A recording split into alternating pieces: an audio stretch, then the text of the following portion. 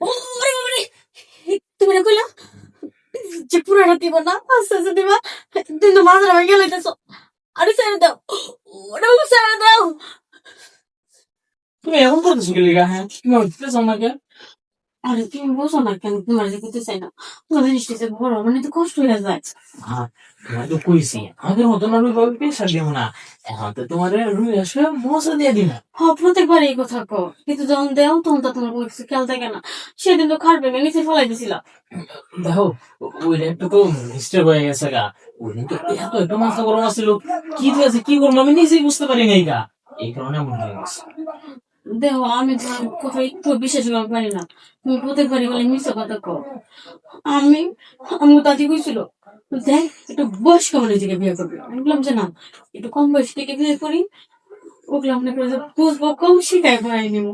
কিন্তু না, তুমি সাইজে ছোট আসবে, কিন্তু তুমি পাইকার জন্য নেবে।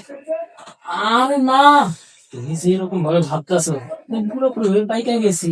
আসলে আমি এখনো না ওইরকম ভাবে পাকি নাই। তোমার পাকা জিনিস খায় তারপর পুরোপুরি ভাবে পাকবো। এখনো পাকো নাই? না। পুরা জিনিস খায় পরে পরিপূর্ণ ভাবে পাকবো। হ্যাঁ। তখন তো আমার পয়সা পাওয়া যাইব না। আহা, কইলো তো আর কষ্ট করতাম না। এভাবে তোমার আদর করবো, আদর করতে করতে শ্বাস করে দিয়ে দিন, তুমি টেরও পাইবা না। ধরো, সবসময় মিশা কথা। মানুষের আদর করার আগে রোমান্স করে, তুমি কোনো কিচ্ছু করো না, সব কুলো দিয়ে দাও। দেখো, ওই সময় তো অনেক উত্তেজনা মানে এই কারণে। কিন্তু এখন আর ওইগুলি নাই গা। এখন আমার মাথাও ঠান্ডা আছে, সব কিছু ঠান্ডা আছে। শোনো না, পাখিরা দেখি করছিলাম জানবা। কি করছো? কালকে দেখতে না, সানডে বেড়া আছে না, হুম। ওই বেড়ার ভিডিও দেখছিলাম। পরে? ওই বেড়া দেখে নিচে গেছিল, হুম। মানে নিচে মুখ গেছিল। মানে আমি দেখতেছি যে তুমি যদি সানডে বেড়ার মতো করে নিচে মুখ দাও, হুম। আমি ওই সানডে বেড়া মিলে পাইতাম। ওইটা পরে অন্য সময়। এখন আসলে না না, দেখো না, দেখো আমার এমন মন চাইছে একটাবার মুখ দেও। না, তো ওই মুখ দিয়েও দিই না, আমার আর ভাল লাগে না। তাহলে আমি যে, তুমি দিবা? না, এর আগের বন্ধু ছিলাম, তুমি মুখে মধ্যে সব দিয়ে দিছিলাম। আমি তো কইছি তোমার যে আমার অনেক মুখ দেয় না, মুখে ছেড়ে দিব। আমার কোনো বাঁচবিস নাই। কে তুমি মুখে চালকে এনে দেখো না, এনে তো পারো না।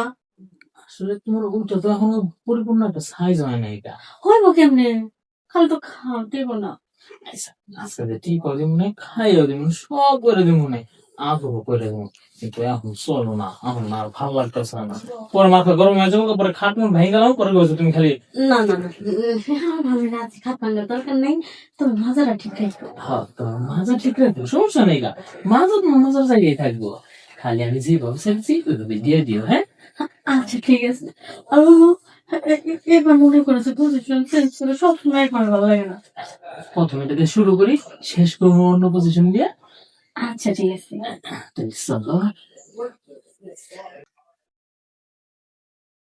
ওরে বাবারে, তুমি না কইলা যে পুরাটা দিব না, আস্তে আস্তে দিবা। তুমি তো মাঝে ভাগে লইতেছো। আরে ছেড়ে দাও, ওটা আমাকে ছেড়ে দাও।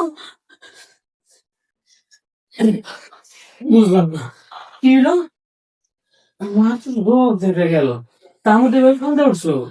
তুমি না কইলা যে আস্তে আস্তে দিবা, তুমি কথা তো রাখো নাই, তুমি টুসকে পুরাটা দিন দেওয়া শুরু করে দিছো। আরে, অর্ধেকটাই তো গেছে, এখন তো পুরো তো এক জায়গায় দেই নাই। পুরোটা দেই তারপর সামনে তুমি বুঝবা। দেখো, আমি পারবো না, আমি আজকে বাবার বাড়ি চলে যাবো। লক্ষ্মী না আমার, এমন কথা বলে না। অর্ধেক কাজ হয়ে না কোনো দিকে যাইতে নাই, কাজটা পরিপূর্ণ ভাবে শেষ করে তারপরে যাইতো। আচ্ছা ঠিক আছে, আমি একটু শেষে দিয়ে আসি। শুনছি, কাজটা শেষ দিয়ে পরে একবার গোসল করে নিও। না, সাথে তো বেশি যাবো, আর ভালো লাগে। তাড়াতাড়ি এসো কিন্তু, হ্যাঁ? কি ব্যাপার, তুমি দৌড় দিলা কেন?